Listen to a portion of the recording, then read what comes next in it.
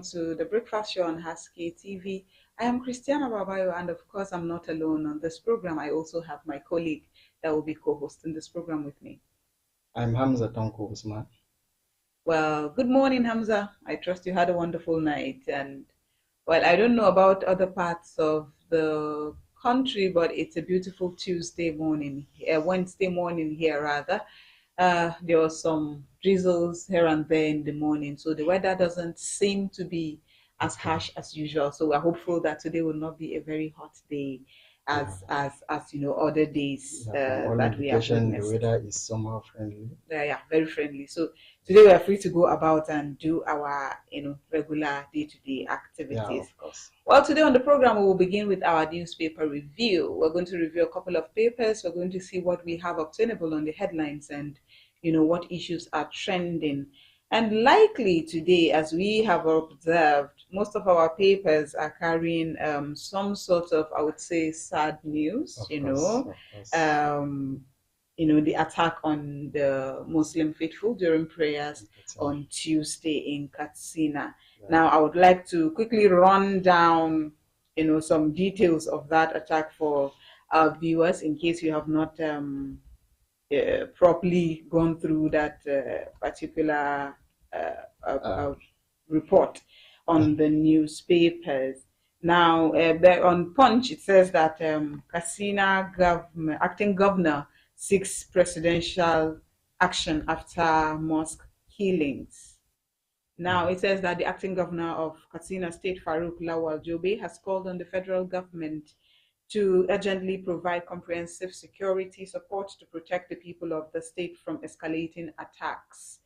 Lawal's call on Tuesday in Katsina followed the tragic incident at Unguwan Montau community where 13 worshippers were killed in a mosque in Malumfashi local government area. The acting governor emphasized the need for immediate presidential action to end persistent threats facing innocent citizens. Now, Hamza, this was yesterday, according to the news. Yesterday. Yes, just yesterday. That worshippers were attacked right in the mosque, and about 13 people, according to reports, have died. Normally, in Nigeria, if incidents like this happen, we used to have like two sources: the community claim as well as the government. That is what they confirm. Yes. So according to community, they said 23 to 27 were killed. Yes. But according to state government, they confirmed that only 13 people have died. Other injured. So as you can see, this attack took place in Gidam Mantau community, Manufashi axis of Katsina State, around 5 a.m. During Subi prayer. That is the time that they have their morning prayers. So kamar dai lokaci na ce irin lokacin sallan asuba kin san normally ana fita da sassafe kamar karfe 4:30 karfe 5, it depend kowane location suna da wato wannan lokacin sallah. So abun ya faru ne a daidai wannan lokacin sallah. But it's really unfortunate that such an incident would happen in a place of worship. Because it begins to raise a lot of questions. And, now in one of the reports on Daily Trust, it said this attack comes 18 months after a similar assault on worshippers observing in Shah prayers in Yargoje village, Kankara local government area within the same state. Now that was 18 months ago. Yes, the same incident. Katsina used to have a wide range of insecurity that is disturbing the states, and this one happened a day after Governor Dick Korada went on medical leave, handing over to his deputy governor. So we have this attack for sure in Kankara local government. So the nature of the attack is almost the same. Gunmen will just open fire inside mosques during prayers. So at times when something like this happens, they used to claim it's like they are on retaliation. They are on retaliation. So if you are to ask what was done to them in the first place that they are now retaliating or reacting to, if you will arrest them, and start interrogation, you will not get anything positive. So I don't actually know what is happening, especially in northern part of Nigeria. I would just I've come to understand that insecurity is one of the issues that would always remain on our headlines in this country as far as Nigeria is concerned, because there's no day you wake up to the news and you're not having to deal with issues of insecurity in this local government, this state, this part of the country, and the other. It's always in the news. Now, few weeks, would I say months ago, we've been dealing with the one in Benue State and in Plateau State as well. And then that went on and on and on for a while. Now, at the moment, at the heat of the moment, Nigerians were protesting. People in Benue State were protesting. We became very sensible. We were agitating and saying, okay, we need something to be done about it. Yes, the government should come in, the government should intervene and do that. But now it's been, a couple of months ago, and nobody is saying anything about it. It's the problem. We go back and we relax. It's just like a ringing tone to us. Then we go back and we relax because, okay, we are used to it. It's not new. It's happening. It happens. But I don't think any country should normalize having insecurity on their headlines as a normal thing. It's not normal. And more so that we're seeing these attacks, maybe now it's happening in Katsina, and you assume that, okay, because you're in Taraba State, it will not reach you. Tomorrow is going to be another. Tomorrow it will come like here. The thing is moving from one angle to another. And this one is just like I think it's a group of people. They must have a sponsor, because if you look at the kind of weapons they are using, you will know that this is a well organized something. Because an ordinary man like this cannot afford. Look at how we are battling with food. So an ordinary man like this cannot afford to be buying big heavy weapons. So I think this is just like an organized something. So and I tend to agree with you that an ordinary man will not just wake up and have these weapons. Another thing we should look at closely is, where are they getting these weapons from? Because I don't think in Nigeria we sell weapons on the streets for anybody to just go and buy. And even if we sell them on the street for people to go and buy, how many people have the money to be able to afford it in this economic hardship? Another question is, what do they need? You see, like now, if you look at kidnapper, somebody may say, okay, they need money. If they kidnap someone, they need ransom. So this one, what do they need? They open fire while people are praying. What do they need? Is it the blood or what? And then who are these people? Who are these people? What is their what attacks was mated on them that they are now revenging? What pushed them to this?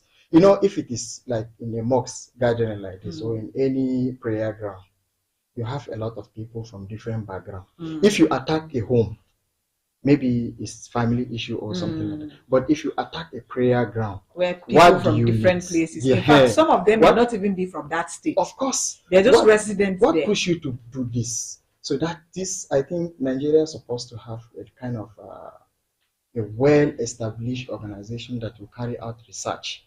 Apart from the security operation, research what motivates these people to do this. So from there, government will now know what to do. If you know the root of the problem, you know how to arrest the people. But in Nigeria, in most cases, the security agency used to be deployed after the incident. Yes, we are not proactive. We are always on the defensive. And then and then what government does is to follow it. And these people are so smart. Tomorrow they will not come back to that community again. They will move to switch places. Yes, that is it. And considering that we have intelligence agencies in the country, it is sad to know that we are not able to, as a matter of urgency, fish out these criminal elements from among us. Because people will not just come and be open fire for like how many minutes on people. And you are telling me that no security agency was able to come around that place at the time this thing was happening, so that at least you pursue them, even if they have run, you pursue them and see who you can be able to catch, and then see how you can be able to get the others from them. It's a problem. These killings used to, I think when you look at the analysis, it used to be in rampage, especially during rainy season, where it's the farming season. So most especially like now we're in rainy season, people tends to move to in this season, I think it's always high. So I think this is another topic that government is supposed to deliberate on. Look at it and, like you said, make research and understand why does this come. Because now we understand it's a pattern. It comes mostly during the rainy seasons. Why does it come during this farming season? And what can we do to ensure that in the next farming season now we do not experience what we are experiencing? And even in that Katsina, I heard that there was a peace deal in some local government areas, like southern part. That Malumfashi. Yes. There was a peace deal, I think, between the bandits and the community. Yes, I know it was in the news some few weeks ago as well, that people, locals are beginning to bargain. They're beginning to negotiate. You don't have option with the bandits. You don't have option. This is to tell you that people have lost faith in the government. You don't have they have lost faith in the ability of our security agencies to protect their lives and properties. So people are now bargaining for their lives. People are now negotiating with bandits. Oh yeah, it's farming season. Please help us. We'll give you this after the farming season so that you can help us and leave us in peace to farm and feed our families within this period. I mean, it's really sad. It's sad. So it's a slap on the face of government.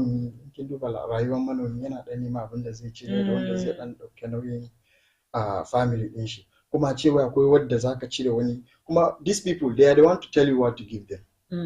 Yanzu misali in ka noma buhu 100 sai su karbi kusan 50. They will decide what their percentage nawa zaka sai ga taki farashin taki gwamnati bata kawo ba ga all these things.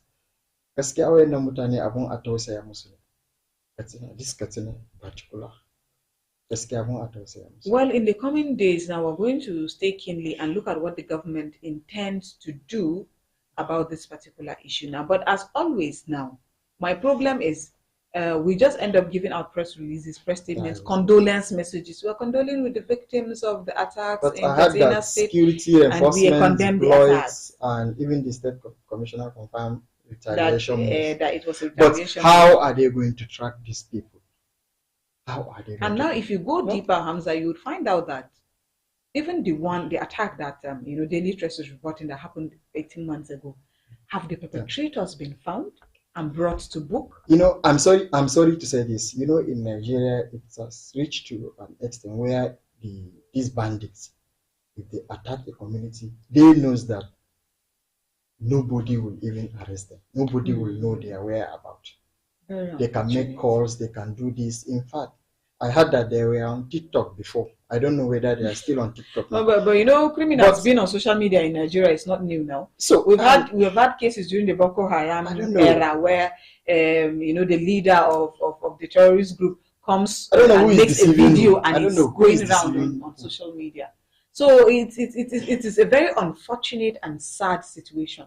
It is disheartening to know that in a country where we have what it takes to actually curb some of these things, the government just tend to just sit and allow citizens to now begin to look for ways to defend themselves. And when other people come out and tell citizens, you need to take up arms because you need to protect yourself, then the government frowns at such people. Why would these people begin to instigate violence? But you have failed in your duty to protect these people. They have to find other ways. I mean, this thing is a simple case, Hamza. If I go to my bank, UBA, today, and UBA ATM is not dispensing money to me, are you saying I shouldn't go to First Bank and cash out my own money? And security is one of the major things that government is supposed to provide, because all development lies on security. Government is just like a system. Well, let me say a country is just like a system. If one part, like security, fail, it will affect almost every part. It will affect every part. So our security system now failed. That's why you see even our economy. You cannot come and invest in a country where there is no peace. No. It cannot go like that. And like you said, the security should be on the top of our priorities. It is something that we need to take very seriously. In Nigeria, it's not like that. Unfortunately, it's not like that. I do remember that a couple of weeks or months ago, I would say, that when I think one of the heads of the security outfits was saying that we need to create borders within our country, for people that are coming in from, because at most times you hear them blaming foreign elements, people coming in from other countries. Now, are we the only country in Africa or in the world that doesn't now they're even making reference to other countries like Niger that have created borders around their country to prevent bad elements from coming in. But in Nigeria, the case is different. We have borders, Hamza, in most of our states, are bordering other neighboring countries or neighboring communities, I would say. When we now create this border, in a country where the economy is melting down drastically, who is going to foot the bills of this border we're going to create? And when we fence these borders, Hamza, are we going to shield the criminals that are already in our country and let them live with us? Or we're going to look for a way to send them out before we now create these borders? And so every day government comes up with some initiatives that you see that are not feasible. You can only create border when you are sure of what you have. You're sure that okay, we're pushed out, you're sanitized. That's the word. But now that we have this thing, I think this thing is just like inbuilt in Nigeria. It's just like inbuilt. So I think it has to do with mindset. It has to do with mindset. Because for you to take a gun and shoot a person that is worshiping. And you're not, look at the person is even worshiping. It shows you how bad our moral standards have decayed to. Because if you can do this, I know that at the very least, one thing in this country is that we respect religion a lot. We're even fanatics of religion. But in other ways, we disrespect people would go to a place of worship and gun down people right in the presence of God. It's disheartening. It's unheard of. You don't hear this in other places except in our country. I mean, it could be in other places, but in Nigeria, we shouldn't be experiencing such. I made a right kind of come when somebody yanzu kamar yanzu da ya faru na aka karanta shi a headline yace so shikenan fa. That's what I said now. And the Anjima yanzu the government will begin to send condolence messages, will deploy security agencies, the whole thing will just die down. Everybody will. Well, let us still move on the Daily Trust newspaper. I really, what we just discussed on Daily Trust was captioned Katsina Mosque killing. We were attacked during prayers. That's what the residents were saying. Like you gave us an account of, some of the things that residents were saying. Now, there is a rider there that says 2025 Hajj, Nakon Commissioner Director detained over misappropriation of funds. Another story says Humanitarian Day, our story by aid workers. That is on page 6 of Daily Trust newspaper. And then on page 32, we have Inside Alafin Oni renewed supremacy battle. Now, to move on to our other papers, Daily Sun says blood flows in Katsina Mosque. Bandits massacre 13 worshippers. That's the lead story on Daily Sun. Now, well, we've already discussed that. Let us move to other stories on the Daily Sun still. It says, stop selling your future, Obi tells Nigerians. He says, vote buying, a plunder scheme, hails security agencies, calls for sustained gains against terrorism and banditry. Well, that's Obi telling Nigerians, stop selling your future, stop selling, vote buying has become a norm during election seasons. Nigeria, it's normal. Wato Nigeria in kin lura ba, talauci ya riga yawa a Nigeria. Talauci ya yawa amma ba shi bane hujja ne kamata ce mutum ya amfani da shi wurin sai da vote. In ka sai da vote ɗinka, abin da ka sayar ba wai vote ɗinka kawai ka sayar ba. Ka sayar da ‘yancinka da na family ɗinka da har da wa'inda ba haifa ba. Saboda akwai wani abin da za a iya yi a ƙasa yanzu wanda zai affecting wani generation masu zuwa. Yanzu most of our current situation now, akwai abubuwan da kaman an inheriting din su. Of course. So in Nigeria, I think a constitution, INEC constitution za a ce vote buying akwai ga implication na shi ga all this, akwai penalty, amma kuma abun is obvious kowa ya sani ana yi. Amma har yanzu ba wani mataki da aka dauka.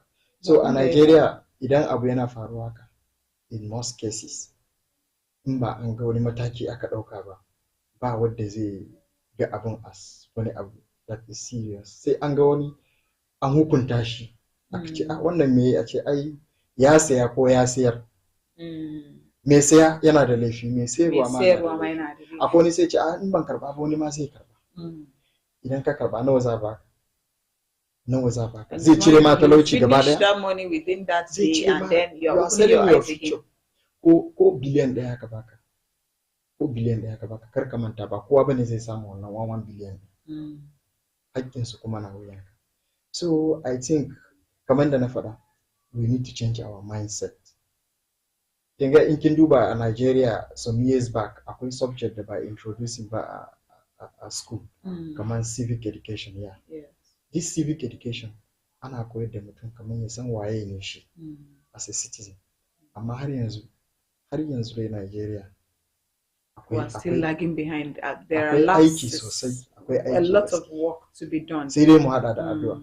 Gidan addu'a ma ka ji an sake an bi ka kashe. Exactly. You're not safe anywhere in Nigeria. In your home, there are kidnappers. At the farm, there are farmer and herder issues. When you go to your place of worship or any other place, there are bandits and unknown gunmen. The issues just keep piling up. The same demon, but wearing different names. Unknown. Unknown gunmen. But they claim that they are unknown. Unknown. So because by saying unknown, they're saying that all these years that we have been having issues of gunmen, nobody has known who they are. They are faceless people. Yeah, and even the bandits, they are not people that we know. So people that are on TikTok, they use SIM. They use NIN. The irony of these things. Unknown. I don't know who is deceiving. It just goes further to tell us how not serious we are in the security issues of this country. Well, but the thing is that 2027 is around the corner. We may look at it as something that is far-fetched, but no, 2027 is just around the corner. And whether we like it or not, preparations are already in place for that elections, and people are planning. Are we ready to change? That is the problem. It's the thing now, and then people like Obi will come out and say, "Stop selling your conscience, stop doing this, stop doing," and a lot of campaigns will now begin to come up as the election season comes up. But then that's the same thing we do year in, year out. We still have the same outcome. It's the same outcome. Of course. No, but there's no difference. Of course. Well, let's still proceed to our next paper. That's The Guardian. On The Guardian, the main story is that flood, lack of potable water, worsen cholera epidemic in 34 states. I think that NCDC, NIMET, NEMA, UNICEF, all these bodies have been talking about floods, and they've been talking about the implications of this flood over time.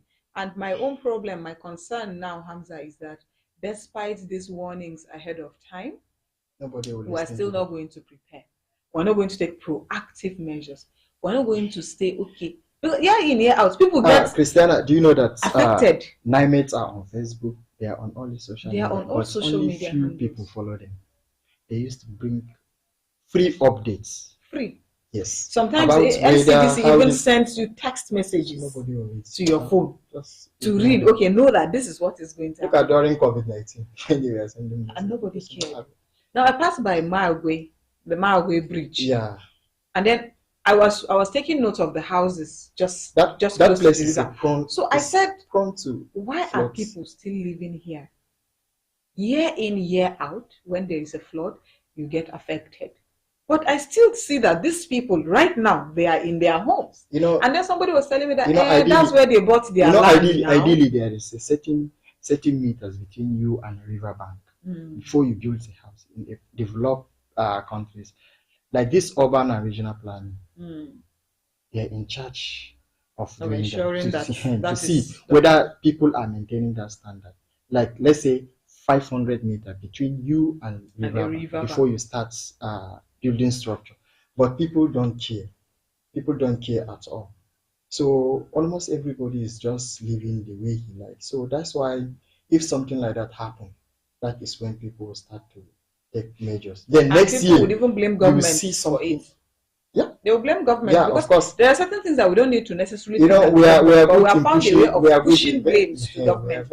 You stayed in this place when NIMET kept telling you that there are flood alerts, and you stayed. And then the flood came and it ravaged your home. And then now you're blaming the government completely for what has happened to you. And these agencies that you said that are supposed to ensure that between riverbanks and people's homes there is a certain healthy distance. What are they doing? Christian, generally a duniya yanzu akwai abin da muke kira global warming. Wadda ana ce mishi dumaman yanayi. So wannan ɗumaman yanayi ɗin yana causing rising in temperature. Yanzu da aka ga maybe a wurare da ba su san zafi ba yanzu sun fara ɗan experiencing zafi. So wannan global temperature wannan global warming ɗin at times wurare da kaman suke da kankara yana melting. Yanzu kin ɗauko kankara daga fridge ɗin yana temperature a wurin is low, and shi yasa ya zama ice. In kin fito da shi waje temperature is warmer than wancan, so zai melting ya zama ruwa.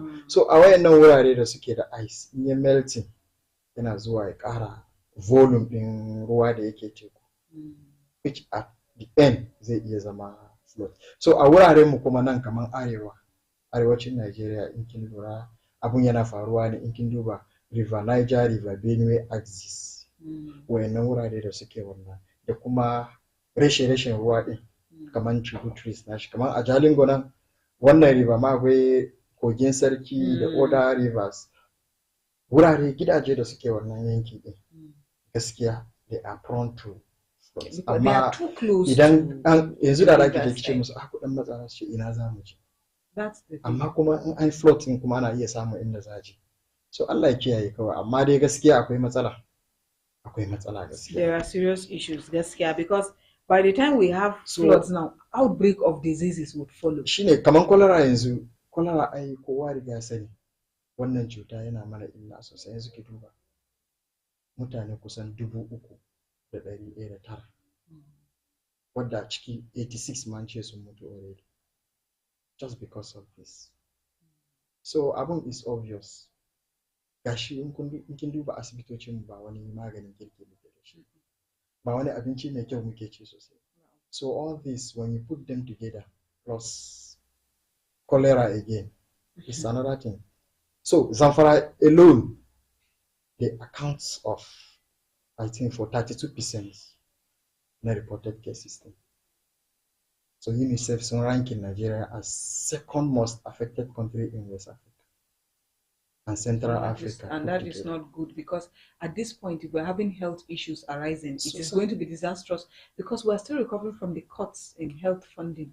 So bodies that have been that's Donald Trump's cuts in the funding for health initiatives. It's a toll. That fund is not even there. It's not what it used to be. People are beginning to feel the impact, but now we are anticipating that a lot of issues are also in the pipeline. They are coming up. How? At what point? One issue. How would we even face it when it comes? Will we be dealing with the aftermath of the flood, or will we be dealing with the fact that people are displaced and the number of IDPs in this country will begin to shoot? In Nigeria, gaskiya Nigeria kawai sai dai kawai mu ta addu'a. Yanzu zaki ga ko mutanen da bandit ne suka kore su daga ƙauyen su gaba ɗaya community ɗin. Wasu kuma floods ya kore su a community ɗin su. Duka an zo an haɗu a IDPs camp an abin nan. So a cikin camp ɗin ma wani lokaci ana iya samun cututtuka. Saboda ba ruwa mai kyau, ba medical facilities, ba abubuwa da yawa ga sauro da sauransu. That is very unfortunate, but we hope that people will begin to understand these things and take these alerts very seriously, and then the government will also begin to make proactive plans to ensure that these things are curbed before they come. Not always being on the defensive side, like say in Abu Yazu, we are running helter-skelter, we are trying to see how we can contain it and all that. We have gone past that in this country. We should start making proactive moves to ensure that certain issues do not just take us on our way. And kisan wani lokaci abubuwa da suke dan contributing cholera din akwai irin kamar wasu natural factors, akwai kuma factors that are man-made. Kamar yanzu in Nigeria akwai open defecation. Yes. It's almost 50% in Nigeria. In kin je wasu ƙauyuka za ki ga you understand what I'm saying. At times in kina tafiya along the roadside za ki ga mutum ya sauka a mota kawai ya samu wani abin nan ko wani dan running water ko wani abin nan yayi abin nan din shi a wurin yayi uzurin shi. So according to UNICEF, only 10% of Nigeria have access to safe drinking water. Only 10% of Nigeria. Look at sachet water yanzu. One sachet 50 naira. A rana za ka sha sau nawa? Mutane nawa suke da wannan kuɗi da za su sha? So shi yasa abin ya yi yawa gaskiya. It's Pure water ya yi tsada kuma ga open defecation. So all this when you put them together. It's not like you can encourage people to take the normal water because it's not safe. It's not safe. People will have to just start taking water that is safe. That's the sachet water. Even the sachet water in Kinje that I keep producing, at times they are not pure again. They are just sachet water, but they are not pure. They are not pure water. There's problem. They are just sachet water. There's so problem. I like some of that check out. That is it. So moving next, we have still on the Guardian newspaper. Soko for 172 million subscribers as Tinubu cancels planned 5% telecom tax. You know, this telecom tariff that was hiked a while ago has been a problem. Because normally now, people are not being able to afford the data that they afford before. And even making a phone calls have become an issue. Hamza, I don't know whether I'm the only one that is suffering from that predicament. You recharge your phone and all of a sudden, the airtime has disappeared. Look at data. Look at data. Before, with your 1,000, you get almost 6, 10, 15 gigs. Depending on the offer that you get. But now, 1,000 can only afford you at most 2 gigabytes. At most. 2 gigabytes that will not even last you for the entire day. Well, we can go on and review most of the stories on the papers, but we have just done our bit to bring out the most salient ones and the one that we could lay our hand on. But do feel free to, grab a copy of the paper on the newspaper stand or the e-copies on social media, and then you go through them and get more insights on this issue. But like we have said, we've raised a lot of issues on security and then this flooding and then health concerns. Yes. We need to start being proactive. We need to take the lives of Nigerians seriously. The fact that we have to clarify that human lives matter is concern enough. We need to start taking proactive moves. And if you look at all the issues we discussed, it's about human life. It's about human lives. Yeah. So on health issues, people need to start taking 9-minute alerts seriously. Because it's not just about the floods. You will not only be There are so many things. There are so many things that come after it. You know, in advanced countries, they rely on NIMET's prediction for their farming season. Yes. They will know the onset of rainfall and when do they supposed to plant? What do they supposed to plant? So, but in Nigeria, we just do our traditional way of farming. Well, we could have loved to go on and on, but unfortunately, this is where we'll draw the curtains for today on this newspaper review. Thank you so much for joining us on the program. Do join us again tomorrow, same time on Haske TV. I am Christiana Babayo, and from me is goodbye.